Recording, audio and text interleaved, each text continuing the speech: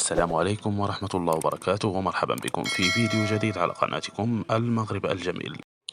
من بينهم المغرب، 5 منتخبات مشاركة في كان أقل من 17 سنة ضمنت لحدود اللحظة تأهلها لكأس العالم.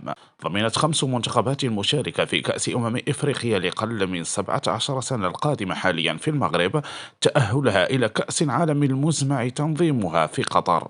ولحدود يوم الأحد حجزت 5 منتخبات إفريقية مكانتها في الحدث العالمي، وهي المغرب، مالي، بوركينا فاسو، زامبيا، وجنوب إفريقيا.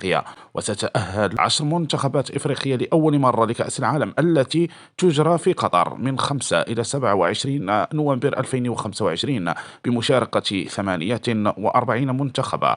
وتعبر المنتخبات المتأهلة لربع نهائي كأس إفريقيا مباشرة إلى كأس العالم، بينما سيتم تحديد المقعدين المتبقيين عن طريق إجراء الملحق بين أصحاب المركز الثالث في كل مجموعة.